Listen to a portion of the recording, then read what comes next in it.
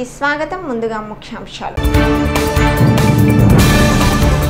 నేను మీ చౌకీదారును. మీ ఆశీర్వాదం తీసుకోవడానికి మరోసారి మీ ముందుకు వచ్చాను. ఏప్రిల్ 11న మీరు వేసే ఓటు ప్రధానమంత్రి అయ్యేందుకు కాదు, కొత్త భారతదేశం రూపొందేందుకు. ప్రధాని నరేంద్ర మోడీ.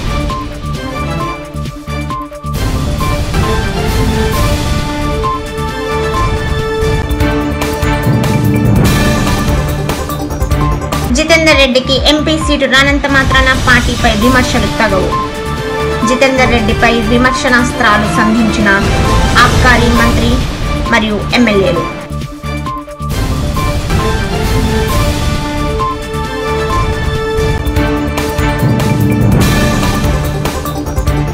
ప్రతి ఒక్కరూ బాధ్యతగా ఓటు వేయాలి. ఓటర్ అవగాహన కార్యక్రమంలో కలెక్టర్ రొనాల్డ్ రోజ్.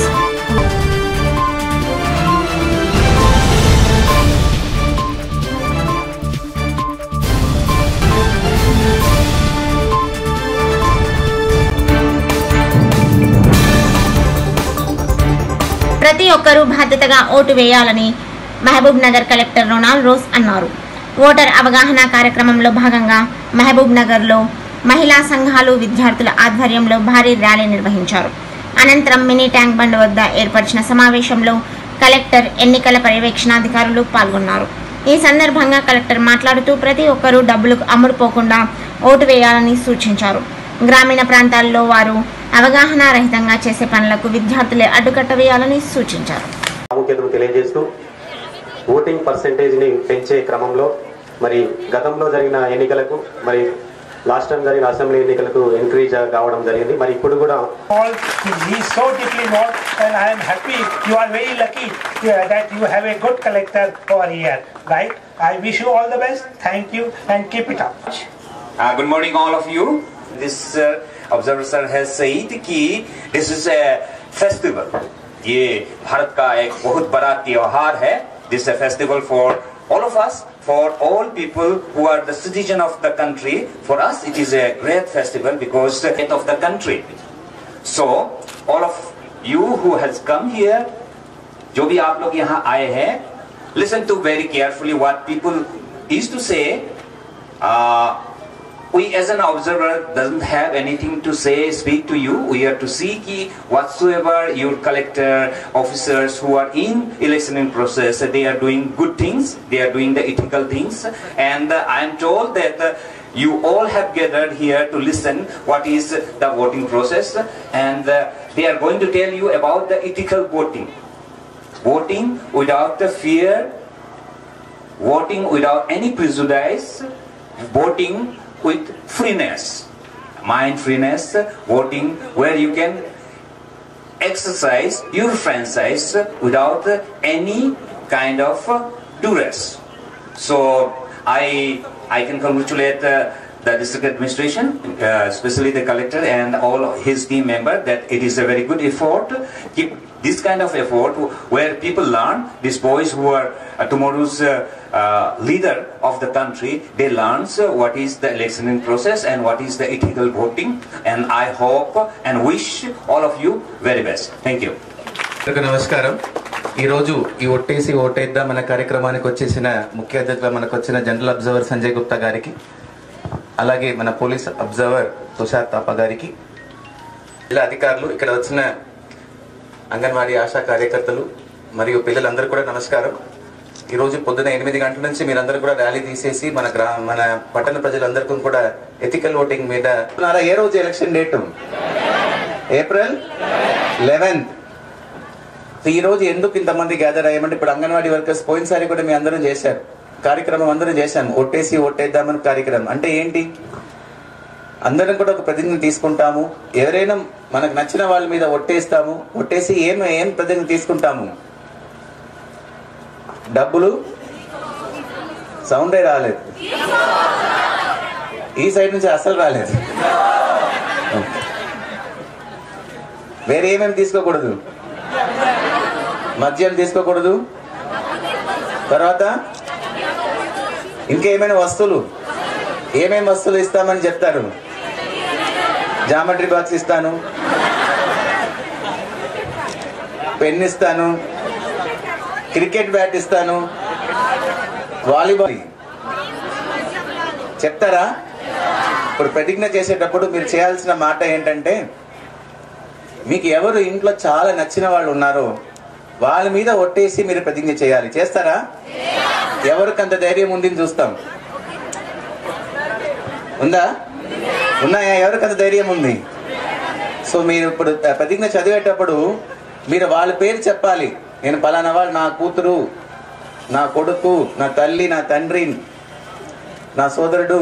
అంటే ఈ కరప్షన్ అన్నది చిన్నప్పటి నుంచే మెల్లగా మన మీద కల్టివేట్ అయి వస్తుంది. ఇప్పుడు మీరు ఓటు కోసం మీరు డబ్బు తీసుకుంటే మీరు అదర్ సైడ్ లో ఉన్నట్టు, మరి మీరు మిగతా వాళ్ళని అడగడానికి మీకు హక్కు లేదు. రెండోది, ఎవరైనా డబ్బు ఇస్తాను వస్తే మీరు వాళ్ళు తప్పనిసరిగా చెప్పాలి, మా ఇంట్లో మేము ఎవరు డబ్బు తీసుకుని మా ఇంటికి రాకండి. కొంతమంది కొన్ని గ్రామాల్లో రాసి పెడతారు బయట, మా గ్రామంలో డబ్బు గురించి మాట్లాడకూడదు, మేము ఎవరు తీసుకోము.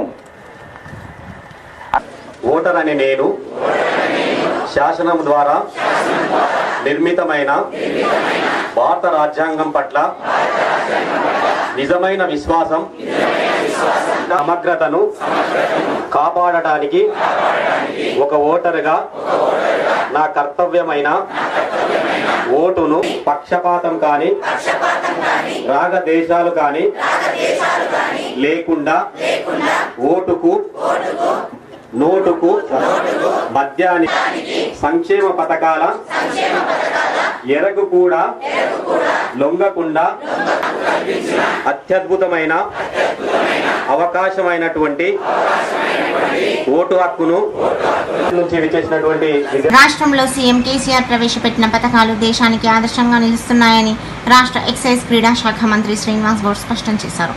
మహబూబ్ నగర్ జిల్లా కేంద్రంలోని తెరాస కార్యాలయంలో మహబూబ్ నగర్ తెరాస పార్లమెంట్ అభ్యర్థి మన్నె శ్రీనివాస్ రెడ్డితో కలిసి మీడియా సమావేశం నిర్వహించారు.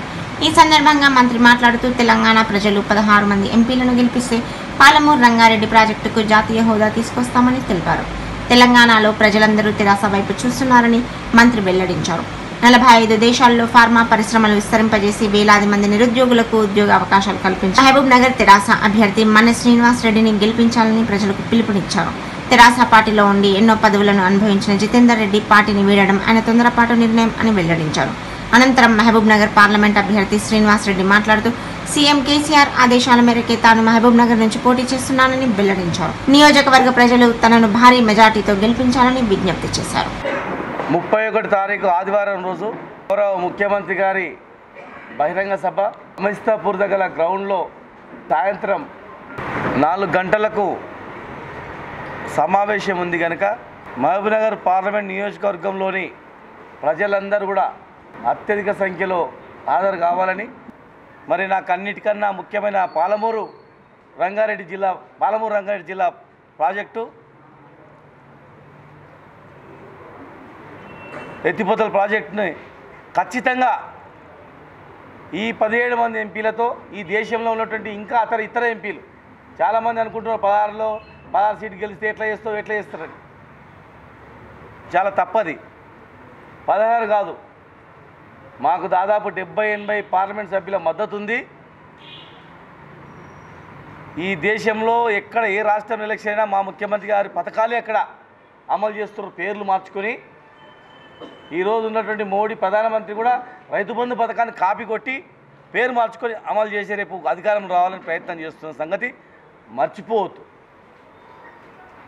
16 ఎంపీలే అని తెలంగాణ చిన్న చూపు ఎవరు కూడా చూడొద్దు. ఒక సందర్భంలో 5 మంది కూడా అవసరం పడతారు, ఒక్కరు కూడా అవసరం పడతారు. అంతేగాని మీరు 16 తెలంగాణకు 17 సీట్లే అని ఆ తెలంగాణను చిన్న చూపు చూడేటట్లు మాట్లాడితే, ఈ 17 ఏం లెక్కలేవు, మీరేం చేయలేరని లెక్కలు మాట్లాడితే ఎవరు మాట్లాడినా కూడా అది తెలంగాణ చిన్న చూపు చూసినట్లయితుంది. అయినా కూడా మేము 17 కాదు 16 కాదు అంతకన్నా ఎక్కువ ఉన్నాం మా సంఖ్య దేశంలో పార్టీ అనే సంగతి మేము గుర్తు చేస్తూ ఉన్నాం. ఖచ్చితంగా దేశ రాజకీయాల్లో ప్రముఖ పాత్ర ఉంటుంది. మన అవసరం, మన సీట్లు వాళ్ళకి అవసరం ఉంటాయి. అప్పుడు ఏం కావాలంటే మా ముఖ్యమంత్రి ఫస్ట్ మా పాలమూరు రంగారెడ్డి జిల్లా ప్రాజెక్టును జాతీయ హోదా కల్పించండి అనే మాట మాత్రం గ్యారెంటీగా అంటాడు. ఒకవేళ తెలంగాణకు మొదటి సంతకం పెట్టాలి ఏ ప్రాజెక్ట్ అంటే పాలమూరు రంగారెడ్డి జిల్లా ప్రాజెక్టు మీద సంతకం పెట్టనేది మాట మా ముఖ్యమంత్రి గారు అంటాడు.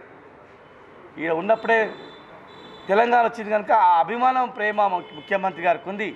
అందుకే పాలమూరు రంగారెడ్డి జిల్లా ప్రాజెక్టు మొట్టమొదటి శాంక్షన్ చేస్తే ఈ జిల్లా నాయకులు, కాంగ్రెస్ నాయకులు కోట్ల కేసు చేసిండ్రు. బీజేపీ నాయకులు ఒక్క పైసా ఈ ప్రాజెక్టుకి ఇవ్వకుండా నిర్లక్ష్యం చేసింది, జాతీయ హోదా కలగకుండా నిర్లక్ష్యం చేసింది. అందుకే ఈరోజు అక్కడ పోవడం జరుగుతూ ఉంది. మరి ఈ మహబూబ్నగర్ ప్రజలు కూడా 5 సంవత్సరాల్లో మీ గ్రామం చూసుకోండి, మీ పట్టణం చూసుకోండి, మీ ఇల్లు చూసుకోండి. తెలంగాణ రాష్ట్రం రాకముందు చీకట్లో కరెంట్ అప్పుడో ఇప్పుడో పోయి ఉండేటువంటి పరిస్థితి నుంచి మరి ప్రతి గ్రామంలో ఎన్నో సంక్షేమ పథకాలు తీసుకొచ్చుకొని అభివృద్ధి చేసుకున్నాం. ఖచ్చితంగా రేపు పార్లమెంట్ ఎలక్షన్స్ తర్వాత కూడా 100% మన అవసరం ఉంటుంది దేశంలో. అయితే ప్రధానమంత్రి అవుతాడు, లేకపోతే ఉప ప్రధానమంత్రి అవుతాడు, లేకపోతే ఈయన చెప్పిన వ్యక్తి అక్కడ ప్రధానమంత్రి అవుతాడు. లేదనుకున్నా ఈయన ఏం చెప్తే అది చేసేటువంటి పరిస్థితి ఈ దేశంలో మన పార్టీకి, మన ముఖ్యమంత్రి గారికి ఖచ్చితంగా కలుగుతుంది. ఈయన ఎవరు చెప్తే ఆయన ప్రధానమంత్రి స్థాయికి మనం ఎదుగుతున్నాం కనుక ఈ గడ్డ మీద పుట్టిన వ్యక్తికి మనం ఓటు వేసుకోవాలి. ఈ పార్లమెంట్ నియోజకవర్గంలో పుట్టినటువంటి వ్యక్తి మన్న శ్రీనివాసరెడ్డి గారిని 45 దేశాల్లో ఆఫీసులు పెట్టి 60 దేశాలకు వీళ్ళు తయారు చేసిన మందులు సరఫరా చేసి 18 దేశాల్లో వీళ్ళ కంపెనీలు పెట్టి తెలంగాణలో కూడా అనేక కంపెనీలు స్థాపించి కష్టపడి ఈ ప్రాంతంలో ఎదిగిన బిడ్డ ఇవాళ భవిష్యత్తులో ఎన్నో ఉద్యోగ అవకాశాలు ఇవ్వడానికి కూడా ఉపయోగపడేటువంటి వ్యక్తి, కష్టపడి పైకి వచ్చిన వ్యక్తి, మరి మన ప్రాంతంలో పుట్టి ఆ స్థాయికి ఎదిగిన వ్యక్తి రాజకీయాల్లో రాకపోవచ్చు, కానీ రాజకీయం తెలిసిన వ్యక్తి, పాలమూరు గోస దగ్గరుండి చూసిన వ్యక్తి, రైతు బిడ్డ కనుక ఆయనను ముఖ్యమంత్రి గారు పంపించడం జరిగింది. మరి చాలామంది మా పార్టీలో ఉన్నటువంటి వాళ్ళు పెద్దలు నిన్నటి వరకు ఉండి మరి ఒక్క రోజు సీటు రానంత మాత్రాన 16 సీట్లే మీవని, లేకపోతే సర్జికల్ దాడని, అది రకరకాలుగా మాట్లాడము సరైన పద్ధతి కాదు. మాకు కూడా వారంటే గౌరవము, కానీ మా నాయకుడిని విమర్శిస్తే నిన్నటి వరకు మెచ్చుకొని మీ పత్రికా సమక్షంలోనే చాలా ఆయనంటే ఇష్టం, నన్ను ముద్దు కూడా పెట్టుకున్నాడు, ఎత్తుకున్నాడు అని చెప్పి గెలుపు కృషి చేస్తా అని కూడా చెప్పి ఇమ్మీడియట్గా మళ్ళీ యూటర్న్ చేసుకొని విమర్శించడం తగదు. నేను స్వయాన ఫోన్ చేశాను, రమ్మని పిలిచాను, మీరు రావాలి సార్ అన్నాను, నాకు చాలా పని ఉంది వెళ్తున్నాను అన్నారు. మళ్ళీ వారు నేను ఫోన్ చేసి చాలాసార్లు ట్రై చేశాను, ఫోన్ చేసి నేను మాట్లాడాను స్వయంగా వారితోన. ఎవరు చేయాలని అనుకోవద్దట్లా, మేమందరం కూడా అనుకున్నాం మహబూబ్నగర్లో ఎప్పుడు ఉంటారు, మనకి స్టార్ట్ చేసినాం, కలుద్దాం అని కూడా అందరం అనుకున్నాం. చివరిగా అక్కడ వేరే పార్టీలో ప్రయత్నం చేస్తున్నారు, ఢిల్లీకి వెళ్ళాలని అనుకుని అని సమాచారం మీద మాకు రాగానే మేము కూడా ఏమనలేదు. కానీ వారి ఇష్టం, ప్రజాస్వామ్యంలో ఏ పార్టీలైనా ఉండొచ్చు, ఏ పార్టీలకైనా సపోర్ట్ చేయొచ్చు, వ్యక్తిగతమైనది. కానీ వ్యక్తిగతంగా ఎంతైనా సపోర్ట్ చేసుకోవచ్చు, కానీ ఇన్ని సంవత్సరాలు ఉన్నటువంటి పార్టీ నాయకుని సర్జికల్ దాడి అంటే ఏంది? ఉగ్రవాదుల మీద దాడి చేస్తారు. ఉగ్రవాదుల మీద దాడి చేసి దాన్ని వారే పోల్చుకుంటే మరి వాళ్ళకే ఆయనంతకు ఆయన్నే చెడుగా అనుకున్నట్లే కానీ వేరే కాదు. కనుక అలాంటి విమర్శలు వారికి తగదు. మేము కూడా వారిని ఎప్పుడు కూడా మేము గౌరవించినాం. మా ఎమ్మెల్యే మేము ఎప్పుడు కూడా ఎక్కడ పిలిచినా గౌరవించినాం. ఏనాడు కూడా ఆయన అగౌరవంగా మేము మాట్లాడలేదు వారిని, ఏనాడు కూడా వారిని చెడ్డ కూడా మీరు అనలేదు. వారు ఎప్పుడు వచ్చినా రాకపోయినా ఎప్పుడున్నా కూడా ఎప్పుడు కూడా మేము మా ఎమ్మెల్యేలు మేము అందరం కూడా వారికి ఎంతో గౌరవము ప్రాధాన్యత ఇవ్వడం జరిగింది. టికెట్ అనేది ఈ టికెట్ ఇవ్వకపోతే ఇంకా ఏ పెద్దది వస్తుందో వారే అన్నారు, ఇది తప్పించిందంటే ఇంకా ఏదో పెద్ద పదవి ఇస్తారని కూడా వారే అన్నారు.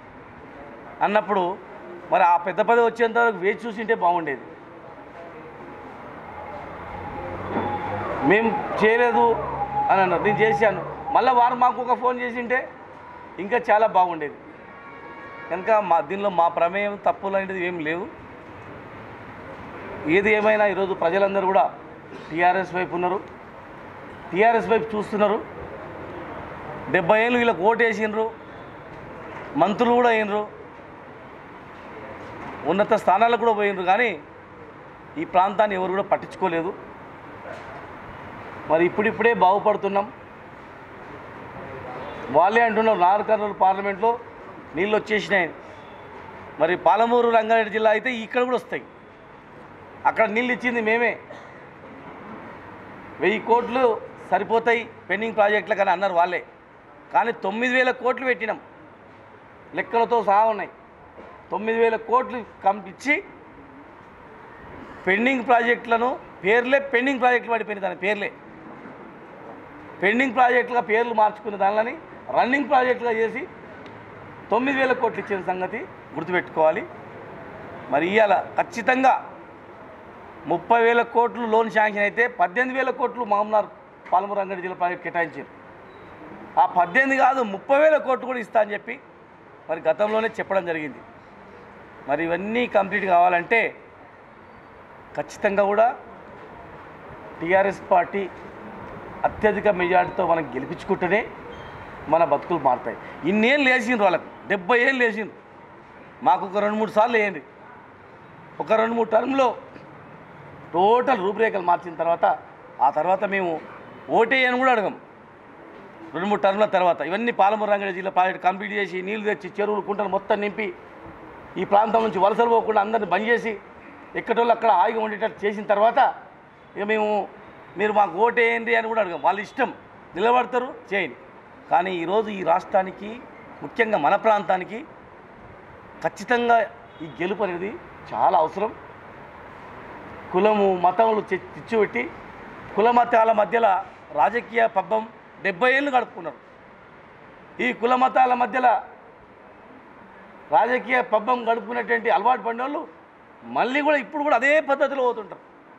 వాళ్ళ ధ్యాస అంతా అధికారం రావడానికి ఏదో జిమ్ చేయాలి, దాన్ని అడ్డం తీసుకొచ్చి చూడు దేశం గురించి మేమేమున్నామనే టైప్లో మాట్లాడతారు. అందరికన్నా ఎక్కువ దేశభక్తి కేసీఆర్ గారికి ఉంది. సైనికులను కాపాడడానికి అందట్లో తనవంతు సాయం అన్ని రాష్ట్రాల కన్నా ముందుండి సాయం చేసిన మొన్న గతంలో కూడా మాజీ సైనికులకు కూడా ఏ రాష్ట్రంలో లేనటువంటి ఆర్థిక సహాయం తెలంగాణ రాష్ట్రంలోనే ఉంది. 100 కోట్ల బడ్జెట్ కేటాయించి పెట్టిన సంగతి కూడా గుర్తుపెట్టుకోవాలి. కనుక దయచేసి ప్రజలందరూ కూడా టీఆర్ఎస్ వైపే ఉన్నారు, కారు గుర్తు వైపే ఉన్నారు. ఎవరు ఎన్ని మాట్లాడినా విజయం అనేది టీఆర్ఎస్దే, గెలుపు టీఆర్ఎస్దే.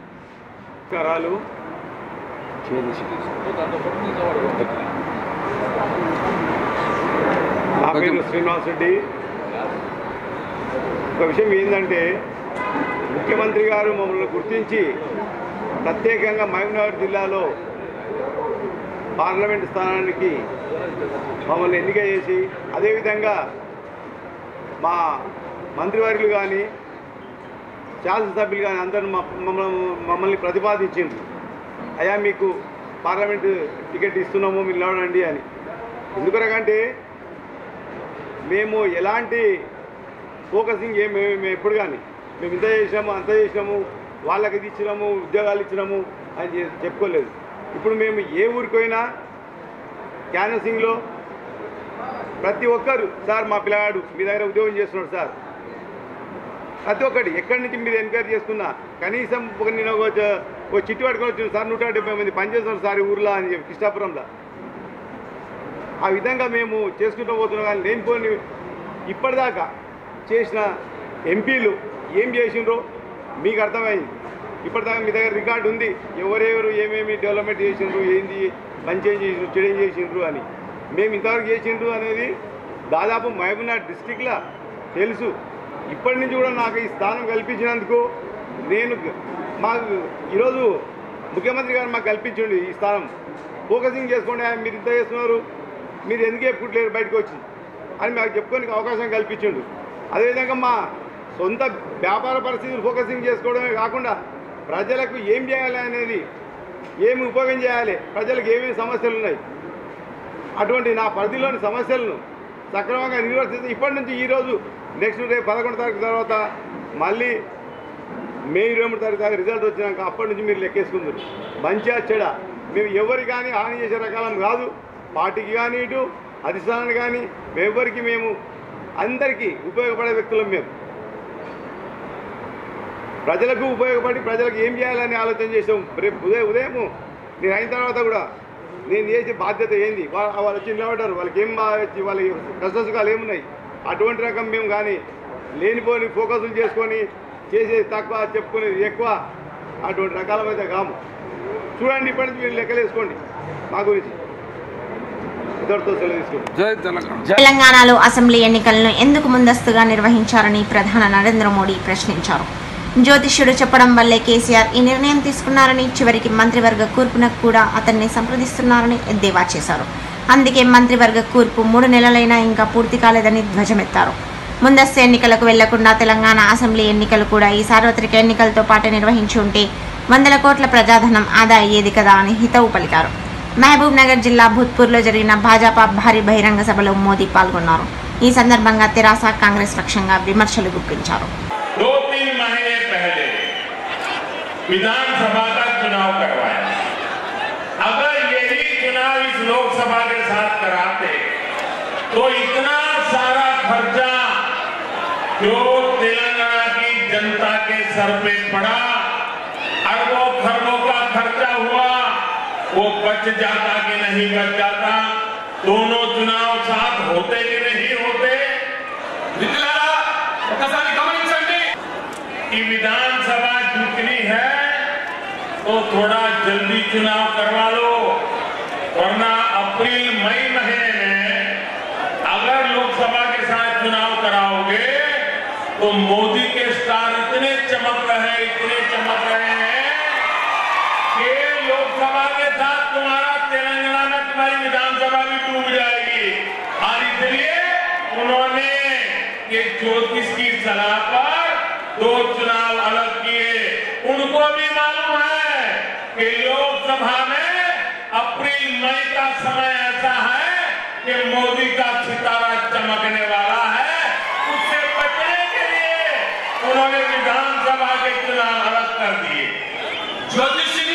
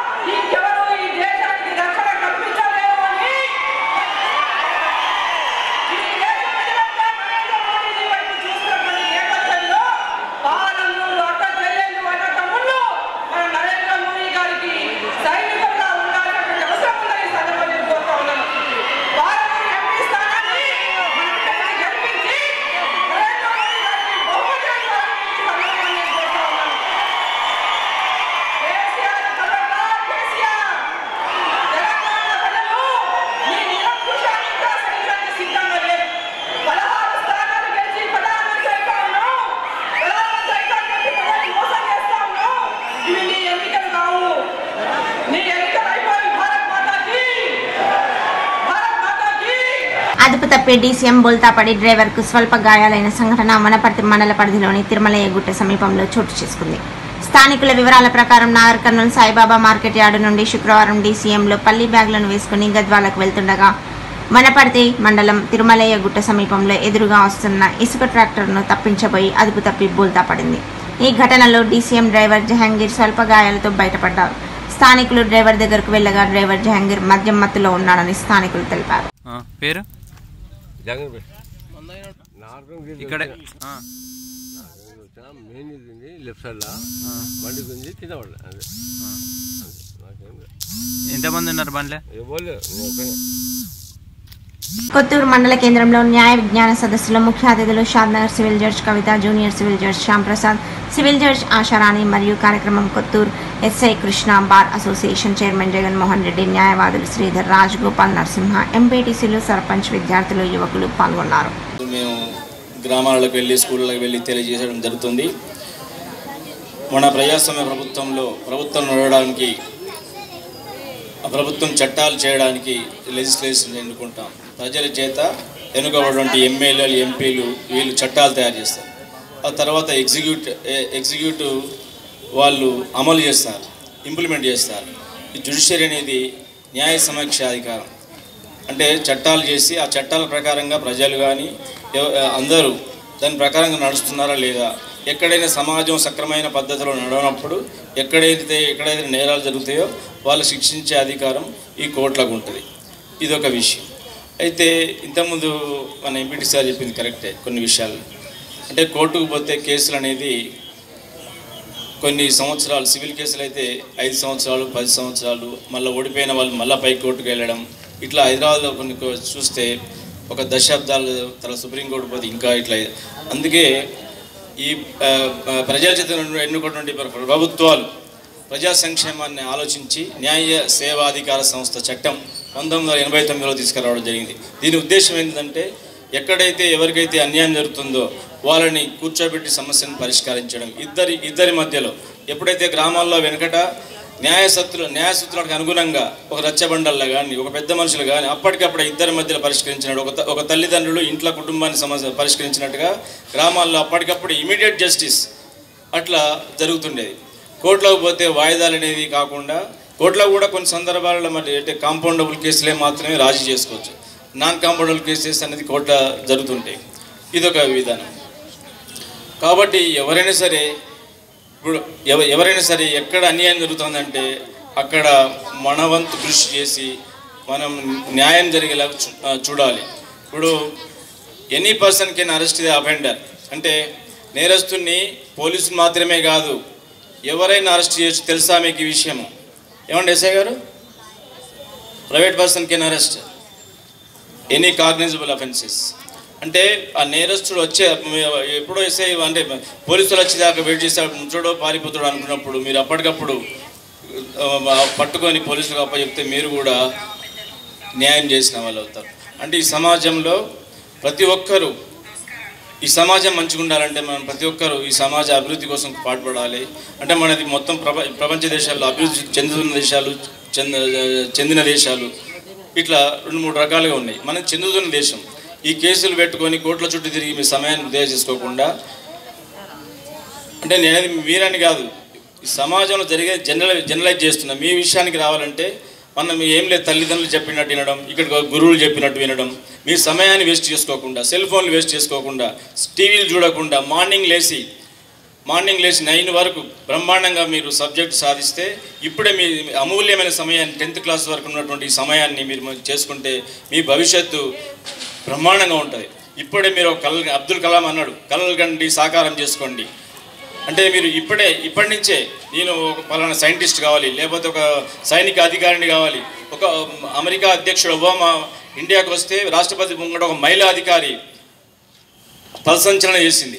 అంటే చూడండి, అంటే అక్కడ 10 నిమిషాల్లో మా పోలీసు వారు మీ దగ్గర ఉంటారు, మీ సమస్యను తెలుసుకుంటారు. అదేవిధంగా మీ కంప్లైంట్ను కూడా మీ ఇంటి దగ్గరే రిజిస్టర్ చేసుకుంటాం. మీరు పోలీస్ స్టేషన్కి రాలేని పక్షంలో మీ ఇంటి దగ్గరకు వచ్చి మీ దగ్గరనే కంప్లైంట్ తీసుకొని కేసు కూడా రిజిస్టర్ చేస్తాం. చట్టం ప్రకారం చర్య తీసుకుంటాం. సో కొంతమంది ఏమనుకుంటారంటే పల్లెటూరు నుంచి మేము అంత దూరం నుంచి రావాలి కదా, తండాల నుంచి రావాలి కదా, ఆడపిల్లం కదా, మేము ఎలా కంప్లైంట్ చేస్తాం? ఇవన్నిటికి కూడా ఒకటే పరిష్కారం. 100 నెంబర్కి కాల్ చేయండి, సబ్ ఇన్స్పెక్టర్ నెంబర్కి కాల్ చేయండి. మీకు ఏ సమస్య ఉన్నా సరే డైరెక్ట్గా మాతో షేర్ చేయండి. మీ ఇంటి దగ్గరికి వస్తాం, కంప్లైంట్ రిజిస్టర్ చేసుకుంటాం, కేసు బుక్ చేస్తాం, చట్టపరంగా ఏ చర్య ఉన్నా కానీ తీసుకుంటాం, మీ అందరికీ రక్షణ కల్పిస్తాం. Thank you. వార్తలు ముగించే ముందు ముఖ్యాంశాలు మరోసారి. నేను మీ చౌకీదారును. మీ ఆశీర్వాదం తీసుకోవడానికి మరోసారి మీ ముందుకు వచ్చాను. ఏప్రిల్ 11న మీరు వేసే ఓటు ప్రధానమంత్రి అయ్యేందుకు కాదు, కొత్త భారతదేశం రూపొందేందుకు. ప్రధాని నరేంద్ర మోడీ.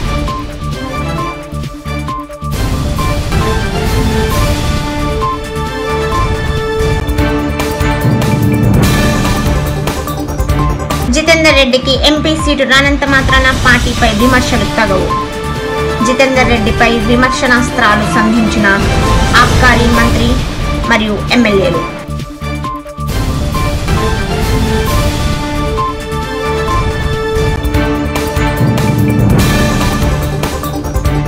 ప్రతి ఒక్కరూ బాధ్యతగా ఓటు వేయాలి.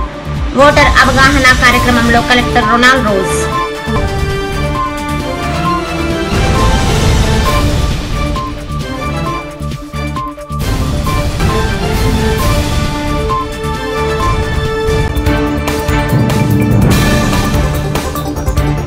ఇవి ఇవాల్టి వార్తలు. మరిన్ని వార్తల కోసం చూస్తూనే ఉండండి ఆర్కే న్యూస్. ప్రతి దృశ్యం ప్రజాపక్షం.